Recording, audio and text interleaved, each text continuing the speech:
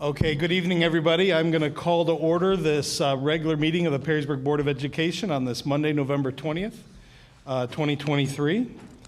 And we will start with roll call, please. Mr. Dreyer. Ms. Larimer. Here.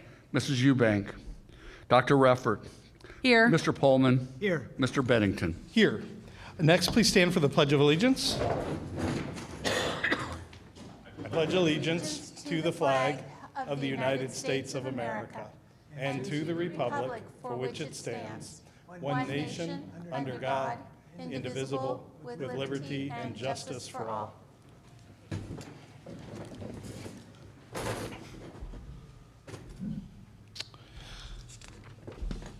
As we do when we have guests here, we will have a quick safety briefing. Perrysburg Schools welcomes you to the Commodore Building, and we thank you for attending tonight's Board of Education meeting. We care about the safety of our students, staff, families, and guests. Please note that there are exits on both the east and west sides of the cafeteria. In case of an emergency, an AED is located just outside the cafeteria doors. You are located at 140 East Indiana Avenue. Thank you for joining us tonight and supporting Perrysburg Schools. And probably along with safety, just before we adopt the proposed agenda, if I can, just a thought and a nod towards our colleagues with the Tuscarawas school system too, and the tragedy that happened down there last night. Our thoughts and prayers are certainly with that community during this difficult time for them. With that, can I have a motion to adopt the proposed agenda? So moved. Mr. Pullman and Dr. Reffert. It's a fight. It's a Roll tie. call, please. Mr. Pullman. Yes. Dr. Reffert. Yes. Ms. Larimer. Yes. Mr. Bennington. Yes. Proposed agenda is adopted. Okay. Next, we have one of our favorite things to do in November, board recognitions. Our Shining Star Award recipient, Mr. Hostler. Yep, thank you very much. At this time, I'd like to ask Jeff Pallarito and Courtney Parr to come up and say a few words about this month's recipient.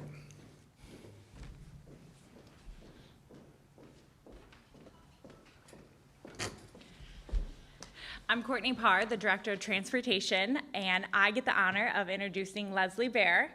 Leslie has been with us for 8 years, driving for 10 years, and just so recently has taken over our special needs route. Leslie has gone above and beyond, and she sets the bar very high for a lot of employees. Her rapport with her students, her families is top-notch. So we appreciate everything that you've done for us, Leslie.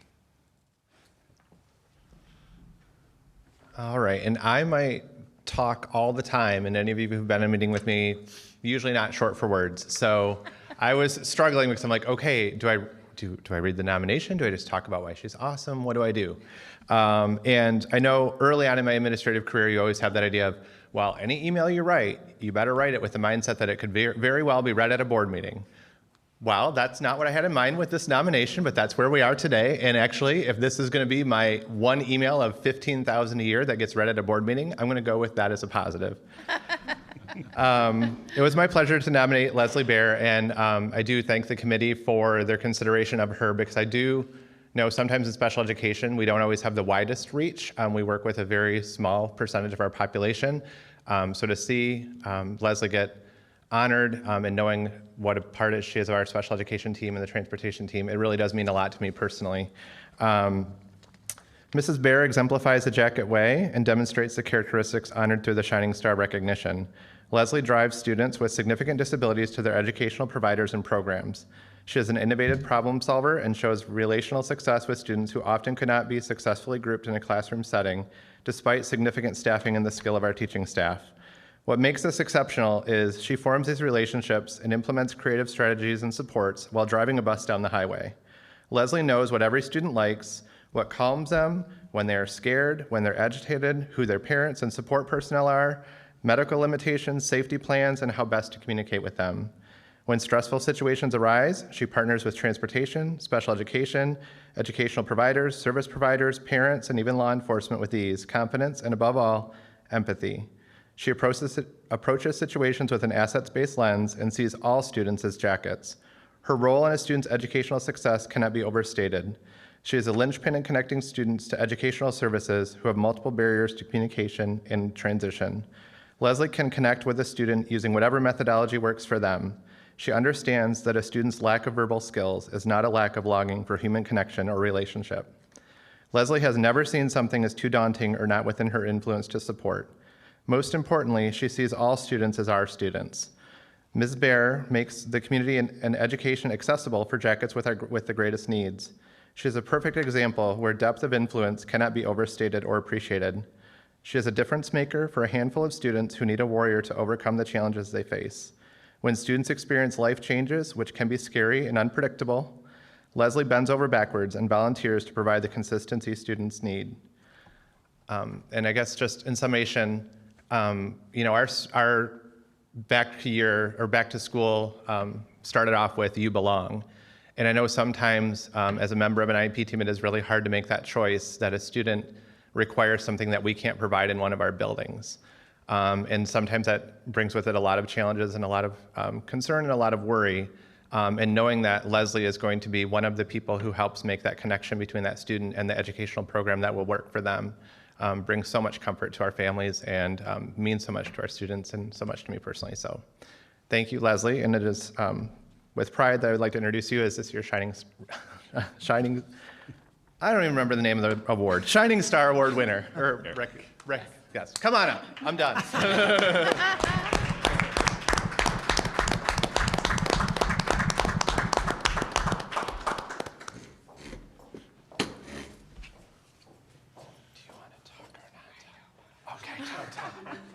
Thank you so much.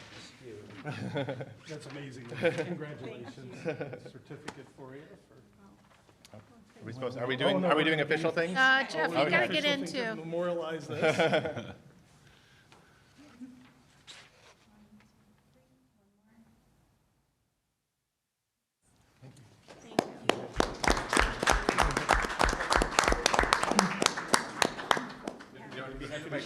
That's right.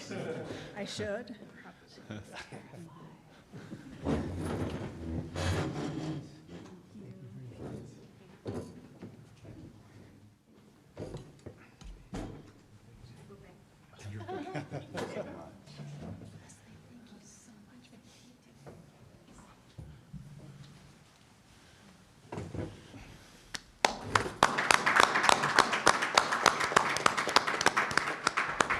Yeah, if you have to read or have one email a year kind of exposed to the public, that was some great things said about Leslie. Congratulations again. It looks like you brought quite the support group with you too. So thank you for everything you've done for our students in that role. So important. Yes, I just want to say, as a mom of a child with special needs who is not verbal, parents take a leap of faith, and we really have to have faith in the adults around us. And I love hearing this, and thank you so much for doing what needs to be done for our kiddos. Everybody needs a warrior, like Jeff said, and we appreciate that. And I know, as a mom, and my mom friends, other parents of kiddos in the area, they're very thankful too. So thank you for all you do. No, we're just so grateful for all that you've done, and I think it really captures just what a difference that you make every single day in what you do. And it's sometimes you can't act. Kids can tell when you're sincere, and certainly you have that special something that students pick up and identify with. It's pretty regular when we have conversations and we're saying, boy, it would really be nice if we could figure out a way to get the student on your bus. And it says so much about how you're recognized in so many different ways. So thank you so much. And thank you to the family for sharing her with us. So it makes a huge difference in what we do and serving our students. So thanks. Thank you. Okay. Thank you. Congratulations again. Okay, we're going to move on to the agenda.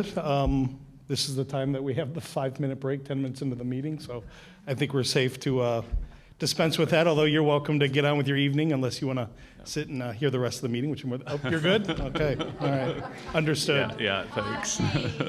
Yeah, the streak of that continues. No, Thank you. Congratulations. Have a great Yes. Thanksgiving. Oh, Yes. Thank you so much. Okay, thank you. It's awesome. Okay, I've just been told there's no public participation, no sign up for the first public participation. So we will move on to item 6, the superintendent's report. Mr. Hostler. Yep, thank you. That's not what I wanted.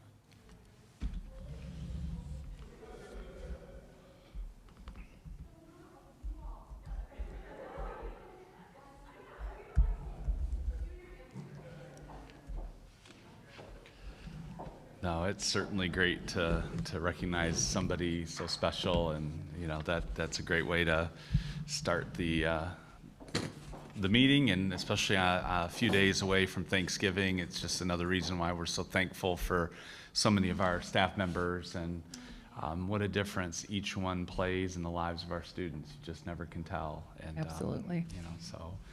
So we'll get started with the superintendent's report.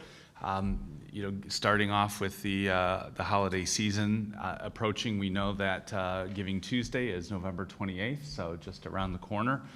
And we're very fortunate the 2022-2023 impact report from the Schools Foundation is here on the screen. And you can see just the impact that organization is certainly making in our school community. I know Ms. Larimer is the school board representative on the committee, and she is very much involved in this, but over the last year, you can see 190 grants that have been awarded, over $245,000 the foundation has given away this year. 90% increase in unique donors and 172% increase in transactions, which is a good sign that there's more and more interest, and $1 million that have been raised in the last year, so that's wonderful news. Also, November is a great time. We had Veterans Day celebrations, and we wanted to take a moment to scroll through some pictures in every one of our buildings, in several different events, and some buildings had multiple events where we recognize veterans and show our appreciation for their service and sacrifice. And you can see through the pictures here that each building kind of put on its own feel of appreciation, and we're certainly grateful. It's surprising to see the number of veterans that are involved in Perrysburg schools. It's great to see active and retired veterans and Coast Guard Armed Services, and to kind of get that shout out. We're certainly grateful for that. And I know Hall Prairie had the evening event, which was very nice, and we appreciate Senator Gavarone for delivering some very special remarks that day. So it's certainly a time for celebration and acknowledgement. The Indian Heritage Club at the high school celebrated Diwali celebration on November 15th. And they did it at Hall Prairie Intermediate School. It was a free event for the community, and they enjoyed a full dinner followed by the guided Indian dance, the dandiya, if you're familiar, and it ended with some speakers and sparklers. So we're very excited about this event and proud of the high school students who organized it and pulled it off, and that's great. We've talked quite a bit about our regional orchestra. Last year at this time, they were performing down at OSBA, so we're very grateful for that recognition. But they participated in the Northwest Region Orchestra event for OMEA, and the concert was excellent. Romeo and Juliet by Tchaikovsky was performed, and that's a pretty difficult number to get through, so they did an outstanding job. And you can see a picture of the musicians that were there. Throughout the country, we're celebrating National School Psychologist Week, and we're very excited to recognize our school psychologists. Let's Grow Together is inspired by the importance, that's their theme this year, and personal and shared strengths and growth for individuals in the community. And there's a season of life that our students and their families go through. So we're very grateful for the school psychologists that are working here in Perrysburg schools. We did have our vocal music annual Dueling Pianos fundraiser, and I know that took place at, I believe, at Holland Gardens. It was a Saturday night, just this last, or the week before. I know that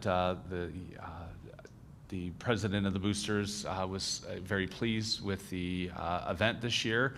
The donors and attendees, it was a great night for everybody who was there. And, you know, it's something that has been very important to our vocal music and the things they want to do for our students. On October 24th, we had a naturalization ceremony at Perrysburg High School. This was a really special event. It was the first time that the federal judge who does these at the schools offered or invited Perrysburg to host the event. And our students were able to participate with performances at the junior high. They made special keychains welcoming the newest U.S. citizens, and it was really moving. That was actually the first time that I attended a naturalization event, and it was very moving to see and hear and meet with the families and the students and our newest who were there, who were taking it in. And also the families and newest citizens and everything that they went through to get here, and it was remarkable. So a season of giving continues with the Junior High Student Council, the ProMedica Children's Hospital, raising $1,400 to provide child life specialists, art and music therapists, tutors, research, bereavement support, and more. So we're very proud of our students to select that. Of all the different kinds of things that they could do, that was something to help out children who are struggling and facing health crisis and recovery. So we're very excited about that. This is perhaps one of my favorite nights, the Crystal Concert. Every 2 years, it's every other year it's put on. And the dates are the 5th and the 6th of December at 8 o'clock, and 6 and 8 p.m. on Tuesday, and then 6 and 8 p.m. on Wednesday. 70 minutes, and it goes fast. It is an incredible event, and you know, I know that it's something that people come back, you know, every time it's there. So I know tickets will be going on sale soon.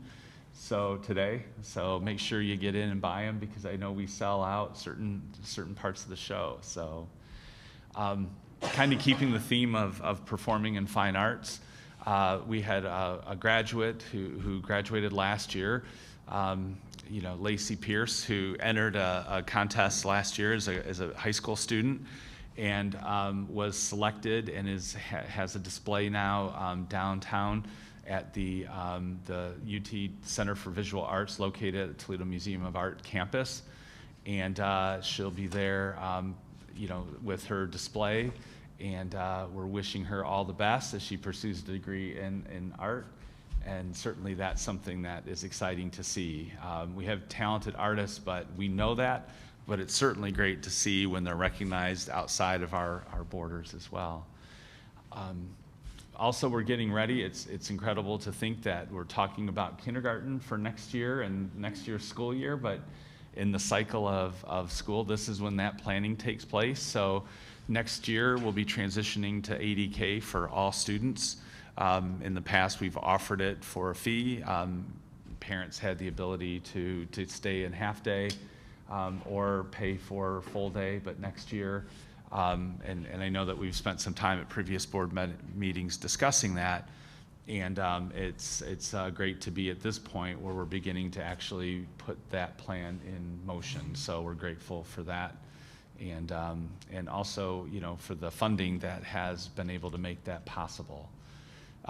Like there are included in the report, there are some performances at the junior high as they kind of get into their winter concert season, and also with HPI as well, and the such things as the show choir cabaret is one of those things that people really circle on their calendars, and then the junior high holiday concert. So later on this board meeting, we're going to ask the board to change the calendar for this year, something that we don't necessarily like to do. But we have typically that first Tuesday in May is a, thank you for the phone friend there, Slarmer, is a primary election, except when it is a presidential election. And this year will be a presidential election in 2024, which is scheduled for March 19th of 2024. So the reason we have a professional development day, which is a day that our staff attends but our students don't, it allows our schools to be polling places fairly unrestricted. Parking and access becomes much easier when schools aren't in session. Also, there's concerns about safety, security, as we have a number of people coming into the buildings and our students are there. So we're asking the board to switch the date, the professional development date, from May 7th to March 19th. And that will allow us to offer that space in a way that really is a benefit to our students, but also the voters and poll workers that are there. So that'll be something that'll be coming up. Speaking of elections, we wanted to talk briefly about the November 7th election that just passed earlier this month, that date. Certainly we were disappointed in the outcome of the election, but we respect those results. And we wanted to talk today about what we're planning to do moving forward in terms of engaging the community about what their perspective was and start to ask the questions why. We want to frame the discussion with what is in the best interest of the students that we serve, and of course, what do our students need? And with that, we understand that despite the results of election night, we know that the needs that brought us to that point have remained unchanged. So those needs are still something that the district will have to deal with, to contend with, and we want to embark on a process that really gets to the why. And so with that, there's a couple of steps here we wanted to share with the board, and appreciate your feedback on this, but we want to engage in listening in some focus groups. So what that means is, listening tours and focus groups that will allow community members to talk about their opinions and concerns, what aspects of the actual plan that they agreed with, that they disagreed with, so we can begin to understand, that question, why? What was it that prevented that levy from being successful at the ballot box? We want to reconvene the facilities committee and ask for their feedback. Many of the same questions that we want to engage with the community over the next several weeks. We also want to ask that committee the same questions. They were very invested in the process, and we're working on selecting a date and pulling them back in now. And also meeting with employees and area leaders, and departments here in the district, outside the district, to really ask those questions. We have about 5 questions that we want to use to kind of kick off the dialogue, where we want to hear from them as to what those reasons were, because I think it's really important that we're able to convey that. As we talk about that, we're also understanding that the timelines that we were potentially operating with certainly are not in play any longer. So that shifted the conversation internally to future space and classroom needs. So what do we need to be doing in the near future to address the growth that's happening? So those kind of meetings are taking place and have taken place. And we understand the impact that it will have on the budget, and I'm sure Mr. Dreyer will speak a little bit to that this evening. And also food service, transportation, and look at the next year, 2 years, 3 years out, since there isn't a groundbreaking scheduled. That we know that we need to wrestle with these challenges. The continued education and awareness campaign, we want to continue to inform the community while we're listening, to talk about those needs and how the facilities are going to impact the classroom, and what our plan is to address those, to make sure that it minimizes the impact that we have. We know that the mission that we have and the contribution that the facilities play we're going to continue to do our very best to make sure that that doesn't become a barrier as much as we can, to our students and staff. And as we go through this process, we want to continue to talk about the financial aspects of the facilities, what money we're spending to address these issues in the short term, any changes in any planning for long term. Certainly we want to be clear on what that means and what the tax implications of that could be as we move forward. We know that having a long-term plan is a benefit to homeowners here. The value of homes continue to increase, which is a positive for residents, but we also understand that having a strong school system is paramount to that. So we want to make sure that as we do this, we're very thoughtful and respectful and reflecting what the community wants. We are very open to adapting the bond issue. We identified with the facilities committee a plan that we felt very good about, and it was encompassing those pressure points that we're experiencing today. We understand that issue as presented was not successful. So part of the conversation in pulling the group back together is not only understanding the questions why, but maybe breaking down what was presented and seeing if there are aspects of it that take priority over others, and see where that conversation could lead and report back to the board with that finding.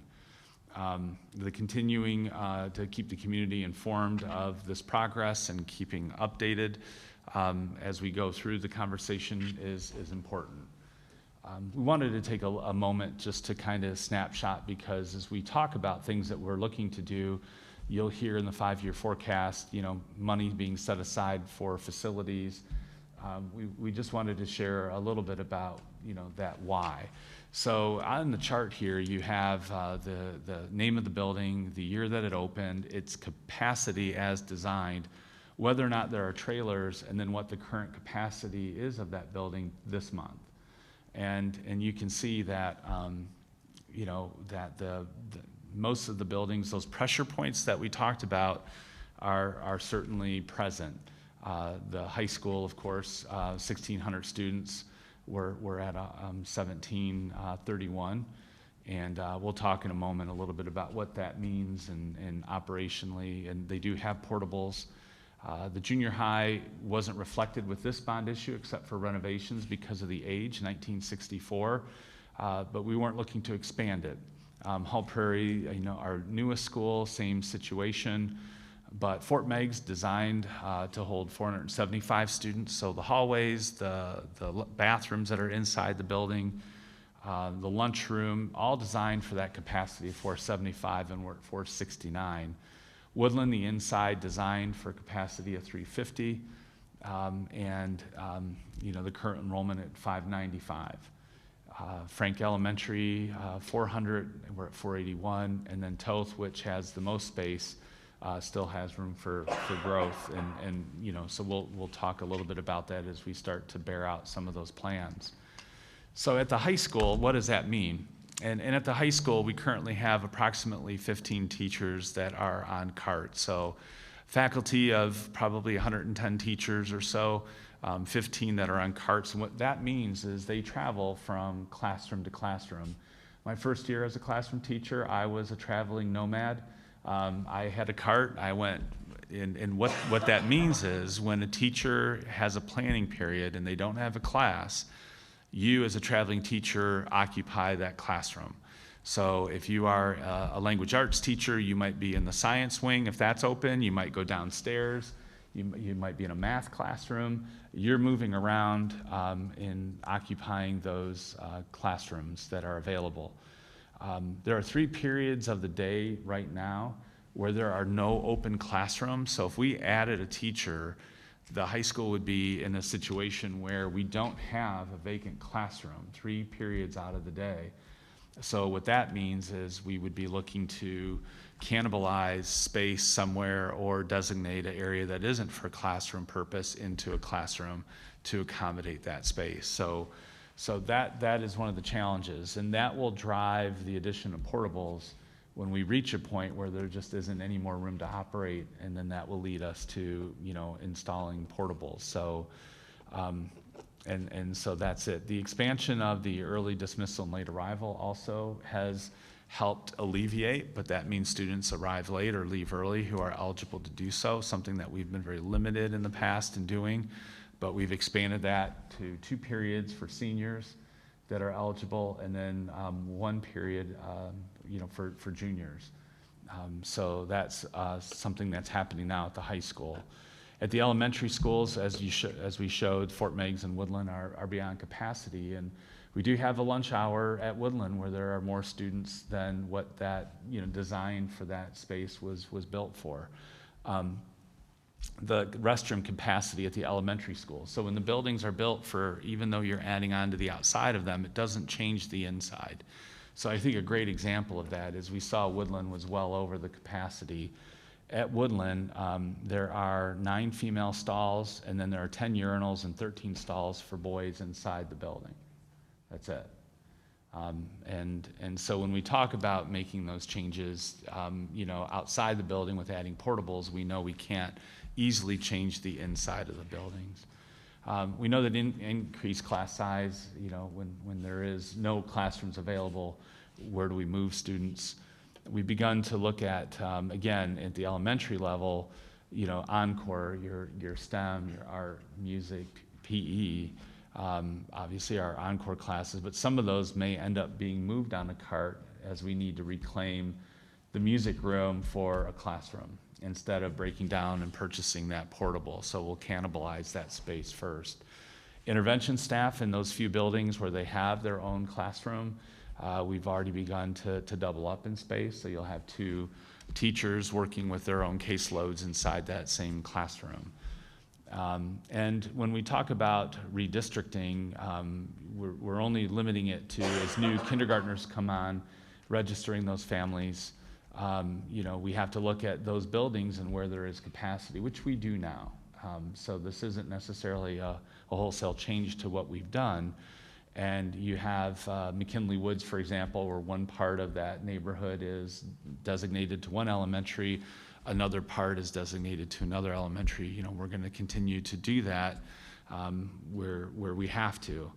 And then our current trailers are aging, and they have a much shorter functional life, and we'll be having to invest dollars knowing that we're going to need those continuing to operate. We've gotten portables from Sylvania schools after they passed their bond issue a number of years ago. The Woodland came from Flat Rock, Michigan. So these have been around for a while, and our staff does a great job of extending the life of those units, so we're grateful for that. But portables will be something that we'll, continue to see as part of the solution, and we're preparing for that. In 2024, one of the things that is happening next year on December 31st is retiring 2 voted mills, which is right now about 1.62 mills, or that neighborhood. That'll be retiring. So as we look towards next year, that is something that will be going away, and voters will, and taxpayers will see that retiring of those 2 mills voted, which is about 1.62 mills there. So we know that we have an operations levy that will be expiring the end of next school year. So there'll be some decisions the board will have to make regarding that. As noted here, it was a 5-year incremental levy that passed 4 years ago. It's at 10 mills right now. It generates about $13.5 million. That's 18% of the district's operating budget. So, the board next year will be faced with, behind door number 1, renewing it, securing those funds, not adding to those funds, but securing those funds. That's called a renewal. Replacing a levy, replacing that with a levy that would bring in more or less money. So that's called a replacement levy, or letting it expire. And those are the 3 options that the board will be wrestling with next year. And then the following year, on December 31st, 2025, we have the permanent improvement levy is set to expire. It's at 1.52 mills, which generates about 1.7 million just for our facilities. So it's bricks and mortar primarily. It was passed in 1980, and pretty much every 5 years since that time has been replaced. Certainly in 1980, 1.7 mils went a lot further, or 1.7 million went a lot further in 1980 than it did here with what we have. The OFCC ELP program that we applied and were approved, that we're still for the next year, still approved, so that would take us through roughly December 31st, 2024. So we wouldn't have to go through an application to reapply or that application process. And again, that would bring $30 million reimbursement, so whatever that amount would be. So with the bond issue that was unsuccessful, we know it was 30% of 140 million, certainly brought in a significantly higher number.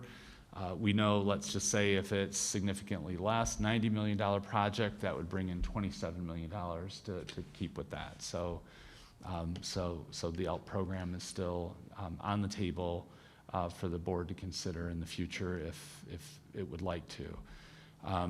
And then, so I think what we'd like to do is we're working on getting invitations out to the committee, to the community, to leaders, to ask those questions, to gather that feedback, and really dig into those next steps. We are grateful for the opportunity to engage the community during the campaign. It's always good to talk to the residents and get their feedback. We're anxious to do that about this bond issue, almost like an autopsy, and that certainly could provide some insights to the board in terms of what could come.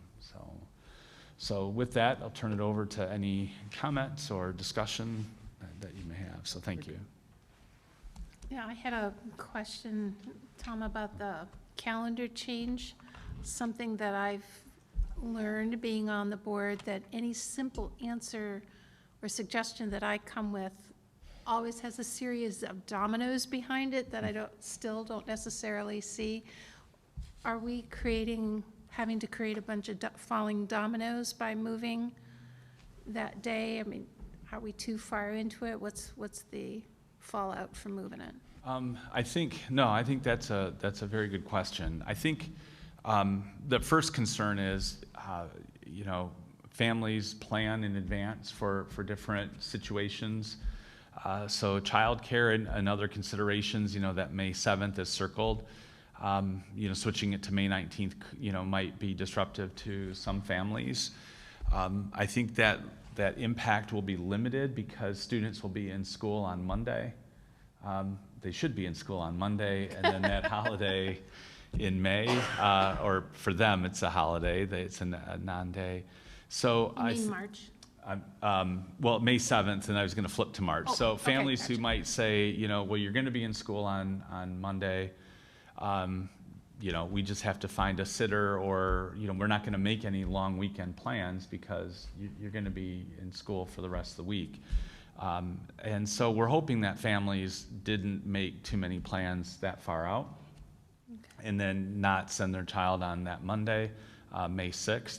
So flipping this might be hopefully just impacting families that are saying, okay, I talked to my mom or dad, and they're going to watch the kids on the 7th of May. Now they're going to do it on the 19th. They'll be back. And so that could be the impact. For staff, most of our staff is scheduled for that day, professional development day. It's a safety day for the district, so we pull in a larger swath of staff, so it's not just teachers. So there would be some staff that there might be some, again, planning and those kinds of things, but by and large, I think it is maybe one or two dominoes and not the whole string of dominoes with this change. Okay. So unlike the August election, which was sprung on us, this is something that when we plan, and we're beginning to plan the calendar for 2025-26 right now, so we're hoping to bring that to the board early next year. So one of the things that was our responsibility, and I apologize not catching this, was we should have caught the fact that this was a presidential primary and it falls on a different Tuesday. And so this isn't the fault of, the Board of Elections, it's my fault, so, with that, so. Well, I wouldn't take that blame all on yourself, because We didn't everybody catch knows it. that I pay attention to this kind of stuff, and it eluded me as well, and I'm glad that I just thought we'd have a snow day. It was, so whatever, and maybe you'll be blessed with this. No, that would be a real mess then, wouldn't it? Yeah. Okay, all right, well, that's good to know. Yeah, like I said, there may be a few families that get pinched where, hey, we're gonna make it a long weekend. They still have that ability to do that. If they were going to do it for that Monday, adding on additional day, personal convenience, there's a process for families to do that. Well, spring break's the next week, so I would hope that Yep. they would just use that week. Right, so. Something No, else thank I you. don't remember. I think some feedback regarding, your comments about the bond issue and such, I appreciate and agree with that kind of that mindset of what the next steps are. Certainly important to get that feedback. I haven't been without feedback over the last couple of weeks from the election, positive, negative, both sides of it. Certainly I'm listening for patterns and reasons. Everybody's got, a vast array of reasons for why they voted they did. So I'll be interested in hearing kind of what is that priority. That it was a big package. Everything was important, and as we've been saying, everything was necessary and needed. But as you said, the results are clear. So from that big package, what are, from the community standpoint, they've seen it all. The committee did a great job of showing it all and talking about it all. So what in there is the priority and the timing of that priority? I was hoping to, as you work through those questions, you'll share those questions with the board too, because as I talk to people, I'd like to ask the same questions again, to look for the heat map, look for where are the most important things that this board, the next board, has to consider. Certainly hearing we'll just put it back up, just put the full 140 back up in March. The election results don't justify that. And it's not that easy to parse out what of all of those different pieces should go on in a March, in a November, or in a 2025 cycle, so. And being a glass half full kind of person, the good news is 13,000 residents know the schools need something. So we're starting the conversation with maybe an awareness that we're always trying to cut through a lot of the noise in educating folks. And so beginning that conversation here is not a bad thing. So we have attention, we have an opportunity to engage, and we're gracious for the support that we've always received, and we're humbled, as we move forward. So Yeah, no, I like that. I'm not in the mindset of doing nothing is still the option, but there is what is the right next thing and what is the timing of it? Absolutely open to listening, hearing it, and moving the community forward. And I think the way, Mr. Hostler, you started out, what's the best interest of the students that we serve?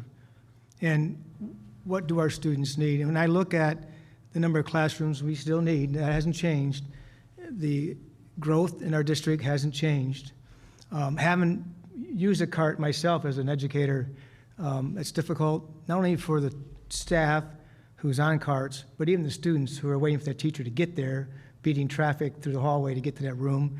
But even a crowded classroom. I've had the 31, 32 students in a math class. Yeah, you can teach them, but it's not the same as having a class that's manageable for the education truly to take place. That's that one-on-one with that student. So I think all the above, I think the justification is there, why we did what we did. I think the committee and the board had the right decision to do what we did, but unfortunately it didn't pass. So I like your game plan. Let's go back and find out why. Let's restructure. The need's still there, so let's address that with hearing again from our constituents. So I appreciate what you've put together here for the board and for the community. Yeah. Okay, any other comments or questions? Okay. We're going to thank you, Mr. Hausler, for that report. Yep, thanks. Okay, Mr. Dreer, our treasurer's report.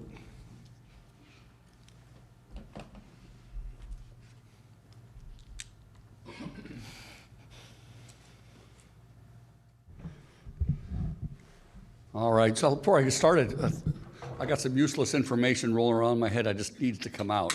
And obviously, we celebrated Veterans Day, this month. And I'm sure you all know our last World War I veteran passed away in 2010. There was over 16 million men and women served in World War II. We're down to less than 120,000. So that's kind of figures stick with me as we go through. And I don't remember what the percentage now of citizens who actually serve, but very few of us are serving anymore, and it's kind of a dying breed. I think about all my family. All the adult males served one way or another, by hook or crook, right? They're drafted or volunteered, and we're my generation's the last one to not get drafted. So, with that, let's talk about some financials for October. Couple things. I like to, a lot of times, you guys know, start things that are not necessarily directly finance related, but kind of reminds me of why we do the things we do, and it piggybacks a lot on what Mr. Schwartzmiller covers a lot of times. But this first chart came across I really like. It's a bubble chart. Obviously, you can see the bubbles of the school districts in Wood and Lucas County. Each bubble represents a school district. The y-axis is the performance index. The x-axis is attendance. So right away, I think you see a correlation. Get kids to come to school, they tend to do better, right? The size of the bubble is the number of students who are economically disadvantaged, and then the color has to do with the type of district they are. So just some points there. There's Rossford, a point of comparison, Sylvania, Anthony Wayne. The little tiny dot up there is not Pluto, but Ottawa Hills, obviously smaller district, smaller, economically disadvantaged, obviously high performance index, high attendance, and they're, well, all of a sudden there it goes. And there's Perrysburg. This is stuff that you already know. I thought it was just another way to show it and reinforce those things that we already know. That we're doing a good job. We're getting students to come to school, and it shows in performance. Kind of a flip to that then is going back to some stuff that Mr. Hostler was going over. I went back, and 2012 was somewhat arbitrary. I said, what has been our growth compared to Wood and Lucas County schools? And this is funded ADM. So it's not, so backsides and seats probably would be even higher here, but this is just pulling off the state information, what we're funded. And there is Perrysburg's growth. The next school district over is Ottawa Hills. And their 8% is not that, it's not much less than 14, but 8% on 600 or 700 students, it's a lot different than 14% on 4,000 to 5,000 students, right? So that's the challenge, and it factors in. We'll talk about the 5-year forecast in a little bit as we think about student growth going forward. So anyway, just a reminder of we don't count beans for the sake of counting beans. So just giving an update, we're a third of the way through the year. We're at 133 cash days, which is a good place to be. As we'll see, we're on our normal downward trend on that. A couple of numbers I'm looking at are year over year. All of the revenues up 65%, driven by interest earnings. They seem to have stabilized, but they're at a high enough level, and our cash balance is high enough that we're seeing some nice earnings there. So overall, our revenue's up 5.5% year to year. There's one area that I'm watching and a little concerned about, and that's our income tax. There are two pieces in the income tax. There's the withholding portion of it, which is what is withheld from paychecks. And then there's the non-withholding portion are prepaid tax, like businesses, farms, and that collection last year was off the hook. This year it seems at least in October, payment slowed down a little bit. But overall, across the state, income tax collections are really, really high. So I don't know if this is just a one-off, but as you'll see in the forecast, I kind of tweaked my income tax to be a little bit more conservative because of the non-withholding portion. On the expense side, we're 2.3% year over year, which is not bad, driven, of course, by personnel. And the big thing at this point is we've not spent much out of the capital, which is kind of we have money in the capital fund for major repairs primarily. Mr. Mapus carries most of that out of the permanent improvement budget. As Mr. Hostler pointed out, it's about 1.7 million. But that's not always enough to carry the day. So we have some money on the general fund and it shows up again later in the forecast. The other thing right now, our supplies purchases are good. We've been asking people to be careful. We're not necessarily counting paper clips yet, but we are doing things like centralized purchasing for paper and stuff like that to try to keep the supply costs down. You've already seen this. This is our cash balance, and we're on our normal trend. And so I think Mr. Hostler just sabotaged me. Okay, thank you for the presentation. Any questions? Nice try. I know. I had to try. I don't go away that easily. Says the CFO. Does the term gum on your shoe mean anything to you? That's something that you and I should have said,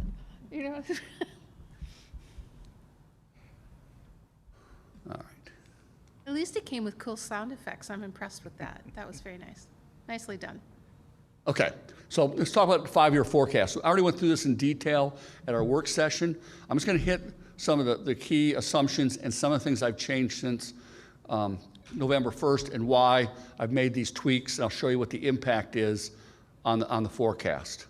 So first on the revenue side, I'm going to just so really on class 1, which is a residential and agriculture, just no change there, just moderate valuation increases. They may be a little bit low in reassessment and reappraisal years, but it's a teeter-totter with us. Where do I put reevaluations and where I put enrollment? And so I just kind of picked middle ground, right, at this point. Class 2, which is our commercial, well, back in class 1, but new construction, 1 to 1.5% growth a year in new construction. All right, so not a lot in any given year, but obviously it accumulates. Class 2, which is commercial and industrial, flat growth. We don't have a lot of real estate for those kinds of properties. We're about 12%, maybe commercial, industrial, where Rossford's at 50%. So half their tax base comes from people who don't vote. Let's put it in perspective. And public utilities, about 1% growth. So just a little bit of growth. Don't expect any more pipelines, substations, or anything like that going in the area. The first change is income tax. I just made a slight adjustment down to cover for the non-withholding decrease we saw in October. That could be an overreaction, but I think it'd just be a little bit conservative here with income tax collections. Still expecting about a 4.5% overall increase, which is a little bit less than our trend has been over the last several years. One of the bigger changes is enrollment growth. I was at 1%. Dr. Vogel and some others convinced me I was being too conservative there, so I've upped that to 1.5%. That impacts our state funding primarily. But it also impacts on the cost side, right? Because our personnel growth is driven by enrollment.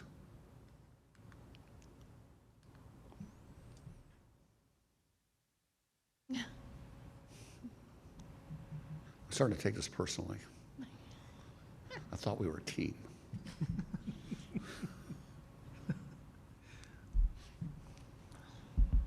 And it's Tom, too. Mine's fine. No pressure. Yeah.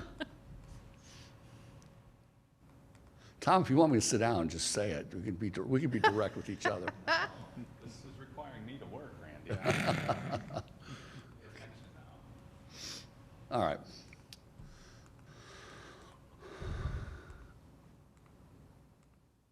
And then the other big piece that's no change is a 5% base increase base cost in 2026.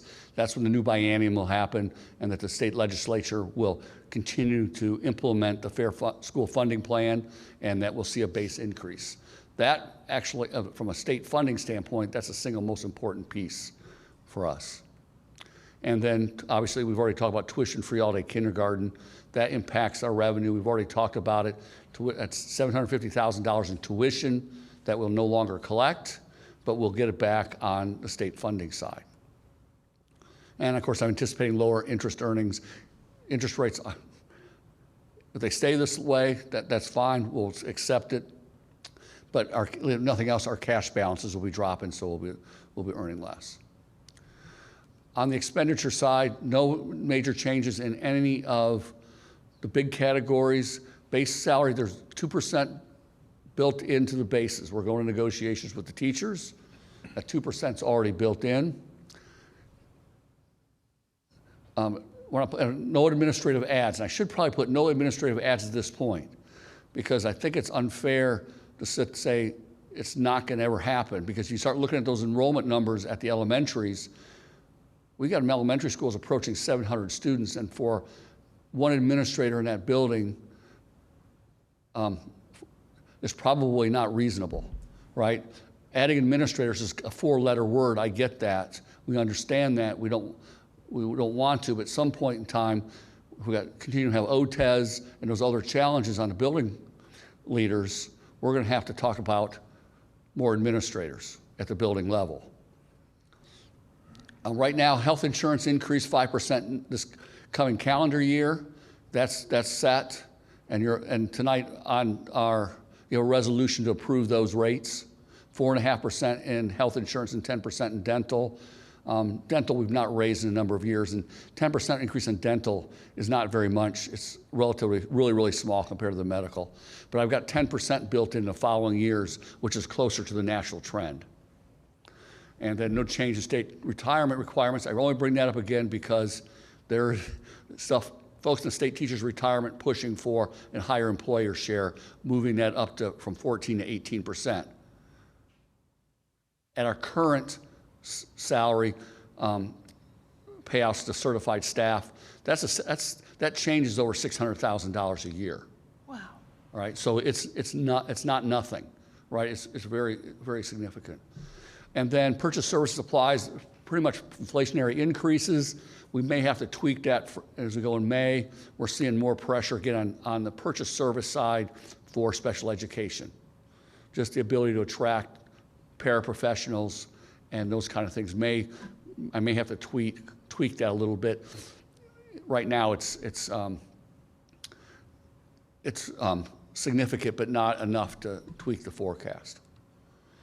The big change you're going to see here is we've put money in the capital spending line for trailer purchase for portable classrooms. At this point, I want to emphasize there's no plan to do that right this second, but with the failure of the bond issue, I wanted to earmark money that we're going to have to do something that you saw by the capacity numbers. We're going to have to create space somehow. Maybe there's space that we can refurbish. That may take some spending. We're working on exactly when is that going to be. So take those numbers in there as kind of a placeholder, not a plan at this point, okay? So, part of the reason we have the 5-year forecast is for us to have the conversation.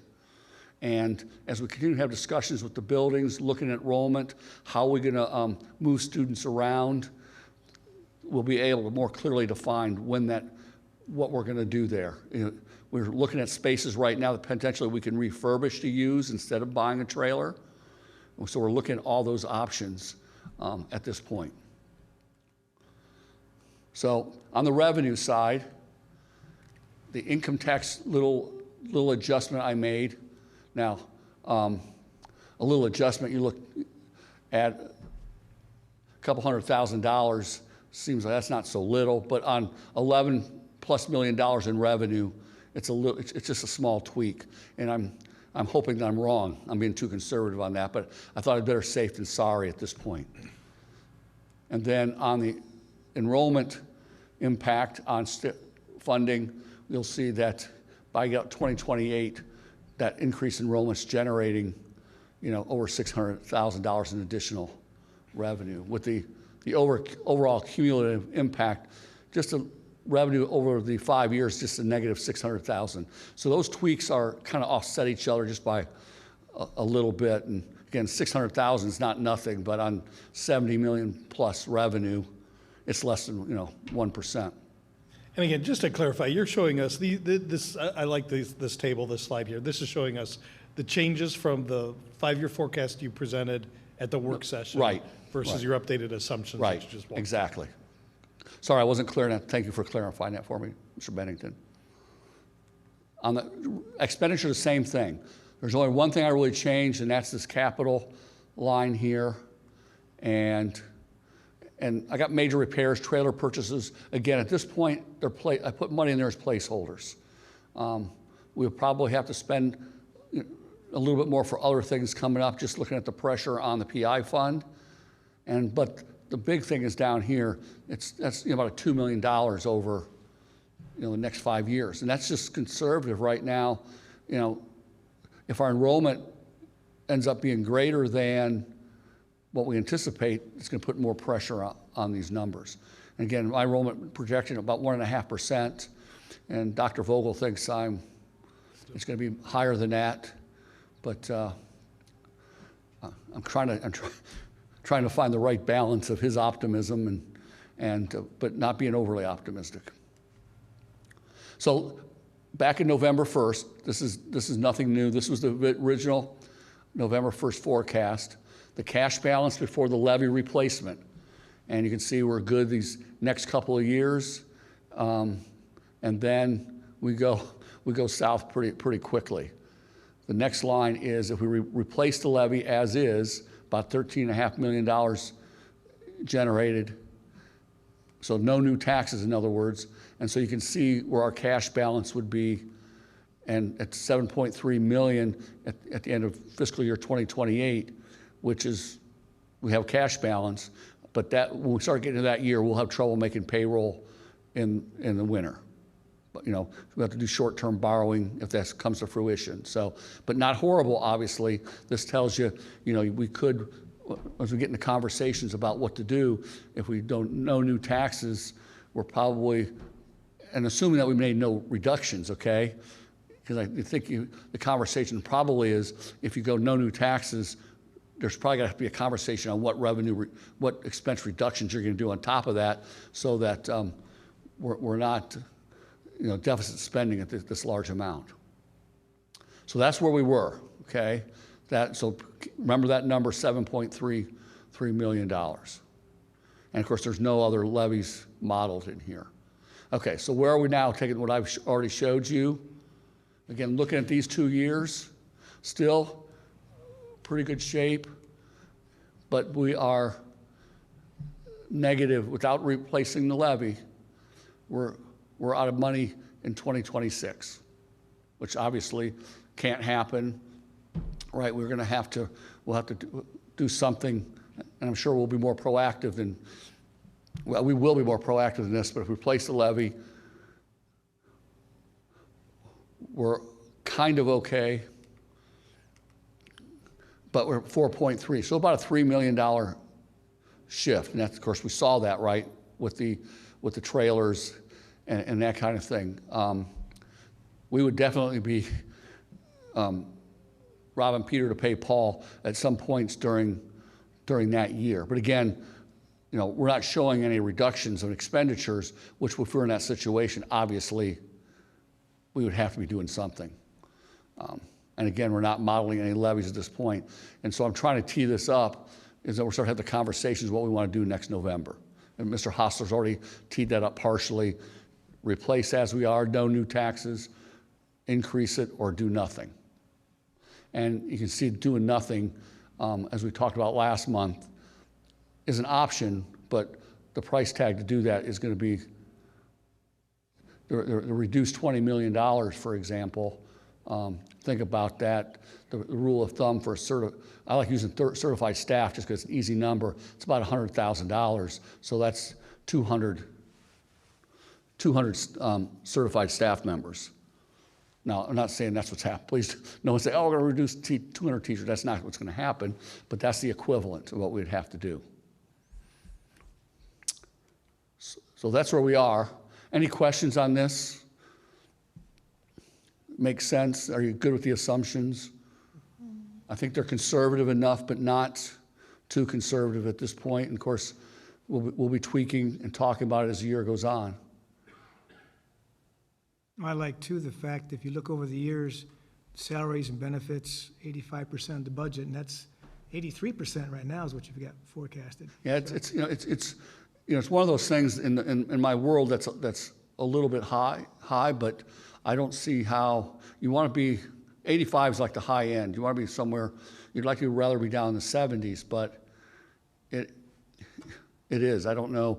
We we do well in this area, and of course it's a combination of not just your pay scale, but where are your staff? What level of education are they? How many years of experience? And we have, we're adding a lot of new folks at the lower end, but we have a lot of experienced folks at the higher end. So it's there's not any one thing there. Yeah, and that's my point. The staff that we're hiring, the changes that we've made because of growth, and you're still staying below that 85%. Yeah, and I want to point out also on this is that the questions come up with the bond issue failure. How does it impact other things in our budgets and the forecast? Well, add something, introduce something about space for students, but it doesn't really impact personnel because the students are coming regardless.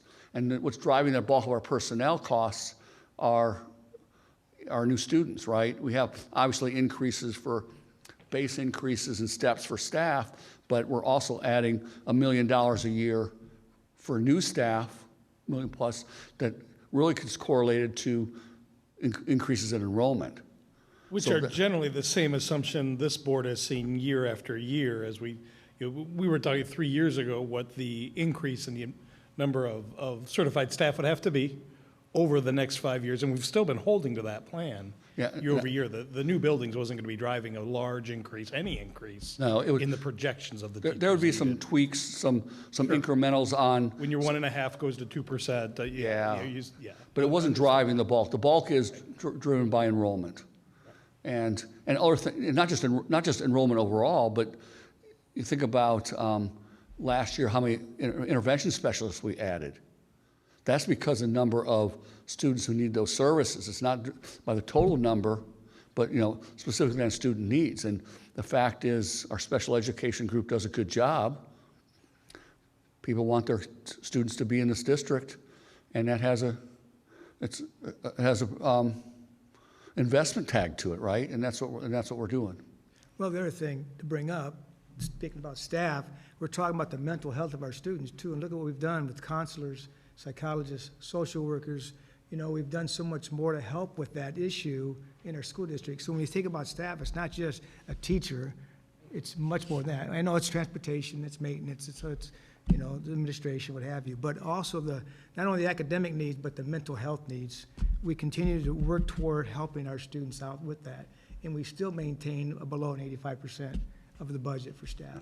And I think in personnel committees, we've discussed exactly the kind of positions that, as we look at, the demands for, there's a lot more needs out there than we have the financial resources for. So I think we really worked on what are the priorities. Not just what you want, but what do you really need, what do the students need, where we get our biggest bang for the taxpayer dollar. And I think those are the conversations we're having. There's some things an example is our English language learners. Those numbers are going up. We've held the line and not adding staff, but at some point in time, we're going to have to, or those students are not going to get served. Yeah, and you've talked about how thoughtful and you guys have had to be about navigating, the want versus the need. I mean, remember again in the assumptions, how many teachers, how many staff are new staff are in these numbers? Well, so I don't put you on the spot here, but we have budgeted, or if you will, forecast is about $1 million for certified and $200,000 for classified. Sure. And so classified are monitors and aides and bus drivers, and then certified are just with teachers, intervention specialists, occupational therapy, all those things fit into that. And what would that number be if you talked about when you do the ask of the buildings, what do you need? Factor of, it's higher, Yeah, right? definitely. No, there's no way we could support that growth. Mm-hmm. Yeah. But I mean, we want the buildings to ask, because we want to have that conversation on, you know, and where are the pressure points? Because, you know, what are we juggling here? We're a high-performing district. We want to keep that. So it goes back to some of the data that Mr. Schwartzmiller puts together, and where are the pressure points, right? Where do we need to have to add an ELA teacher here or a math teacher in order to have those numbers to get the results? And I think we're trying to be data-driven and student-centric on that, recognizing that the reality is what's right there, though, right? Because we have money right now, this year and next year, but then it's gone. So, you know, I think there's a good cognition of what we're faced with. Sure. Okay. Any other questions on the financial information? 5-year forecast, okay. Last thing, just to let you know, we had an STRS and SCRS audit that's complete. You all got emails, you probably wonder what this is. They're just saying, hey, you're good. The numbers all match between the district and the state retirement systems. And our financial audit is wrapping up. So we should have that shortly, and looks to be another clean audit. So we're happy with that, and we can get on to the end of the year stuff. So. Okay. Very good. I'll let you wander on back. So the next board action, we're at agenda item 7.4. which is approving the Treasury Report items 7.2 and 7.3, the October financial report, and the 5-year forecast. You have a motion for that approval? So moved. Ms. Larimer? Second. Mr. Pullman? Roll call, please. Ms. Larimer, Yes. Mr. Pullman, Yes. Dr. Reffert, Yes. Mr. Bennington. Yes, Treasurer's report is approved. Next, we're going to go to board committees. I'll start with the Finance Committee. You just heard what the Finance Committee heard back on Friday. Mr. Pullman and Ms. Larimer, thank you, Mr. Pullman, for pinch hitting for me in the Operations Committee meeting. Any updates, anything to highlight out of that, Ms. Larimer, Mr. Pullman? I'm pulling, oh, I could have gone there, couldn't I? Duh. I was going through my other things, and they're right here in front of me. Okay, just a second. I'll catch up. Okay.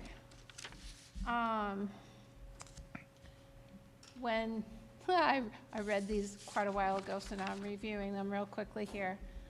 I really didn't see anything that I needed to add to this from the notes that I had taken.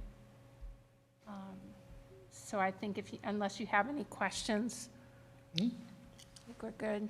Ray, do you have anything else you wanted to add to it? I think the notes are pretty clear, except to highlight some of the good things food service has been doing at the high school. It's just Oh, my amazing. goodness, yes. You know, they serve up to 1,000 lunches a day. The other thing is their coffee shop is quite impressive. Not only the meals, I think we should eat out more often at this high school. The students are picking up. There must be a reason why. So I think it's a compliment to the food service staff. Yes, Denise is really doing a nice job there. The other thing too with the technology, the things that we have to do nowadays for cyber attacks, it's just amazing hearing the report from Brent Schaefer on that. Okay, thank you. Curriculum Committee or TNL, that was interesting hearing about foundations. I saw a presentation on all the work that goes in there. It's like it's no longer being put in the dolphins versus the fish group and reading See Spot Run, right? What else? Yeah. I'm sorry, with the TNL.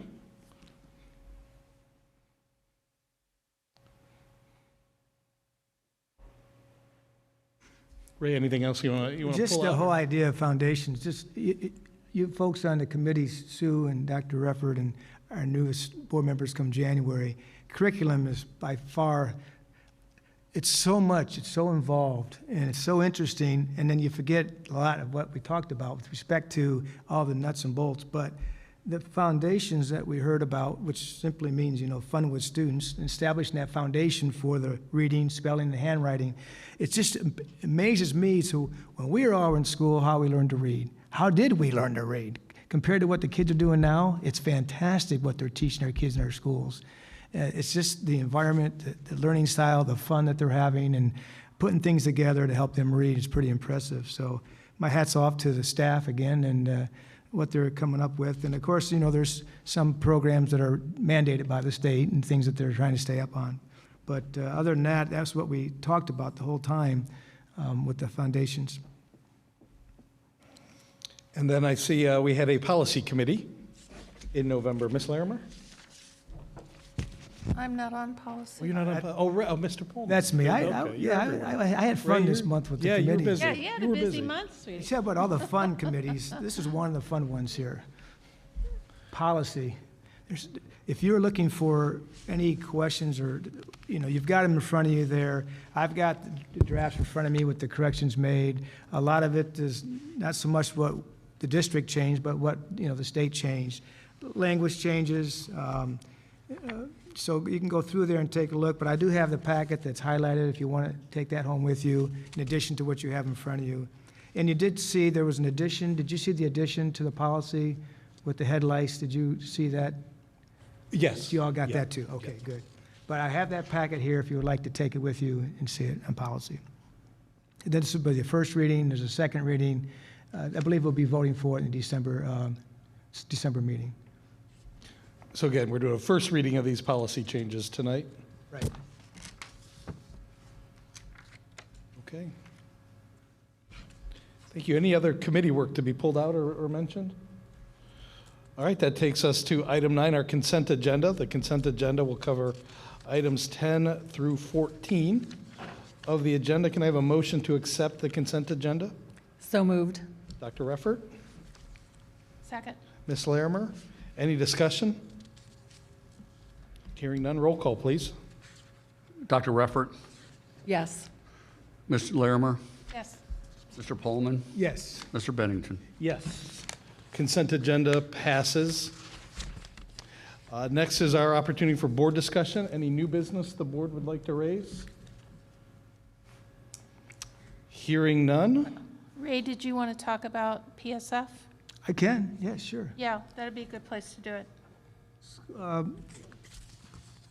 Is it okay, Mr. President? Please. Okay, the Schools Foundation, they met the other night, and a couple of neat things you saw what Mr. Hosser put on the board earlier on the presentation there. But the number of donations raised so far is up 35%. The donors is up 12%. So that's a very much of a plus. And what I got a chance to listen to is where a lot of the money was going to. So it's interesting to know that this last round of funding that Perrysburg Schools Foundation had was 18 separate projects totaling more than $67,000. As a matter of fact, I have, if you would like to see, again, it's a very impressive slate of the approvals that they made for the arts, music, what have you. So you need to take a look at them because it's pretty neat. The number of students are impacted by what the Schools Foundation is doing and the donations from our donors. And also, there were a total of 22 grants and projects approved this past month, totaling $80,000. So they've been very busy and very active, and the Schools Foundation's taking care of distributing the funds accordingly to what people are applying for. And it's really neat to see the number of activities, projects, and experiences our students are benefiting from because of the Schools Foundation. I think it goes to show that an idea that came out as just a glimmer 11 years ago from Mr. Hostler has turned into something that is impacting so many of our students, not only in the now, but in the future, that it went from a glimmer of an idea to this so quickly. And that's basically just one decade that now we're talking millions and tens of thousands of dollars that go out to programs and materials and opportunities that would otherwise not have happened for our kids. So kudos to Jeff and his team and to Tom to come up with that idea, which was out of the box that I thought absolutely brilliant, which is what you do so well. So yeah, it's a very neat committee to be on, and thank you, Ray, for taking my place while I was coming back from Columbus. You're welcome. Yeah, those are great comments. It's nice to see Mr. Abke in that group, right, rise to the challenge. He was given more support recently, you know, in recent memory here to do more, and he is doing more. And it's great that he's able to now focus on bigger projects while still getting the washout with that team. So it's great results. And I guess I'll also, you know, a nod to Ray is well, we start to get closer to the end of your service. It's nice to know the community's getting their dollars worth out of you. Seems like you're really busy in November, so good stuff. Okay, thank you for those comments. That takes us to item 16, our second opportunity for public participation. I'm looking at our two board member elects that are over there. You, anything to say, or you want to wait till January? We will. We have no public participation on the second part, so. Next, going to ask for an executive session for the consideration of the appointment, employment, dismissal, discipline, promotion, demotion, or compensation of a public employee or official. And there will not be any board action taken tonight coming out of that session. So can I have a motion for that executive session? So moved. Mr. Pullman? Second. Dr. Reffert? Roll call, please. Mr. Pullman, Yes. Dr. Reffert, Yes. Ms. Larimer, Yes. Mr. Bennington. Yes, we are now in executive session.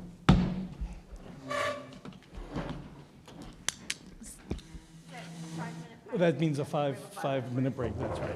Thank you for hanging to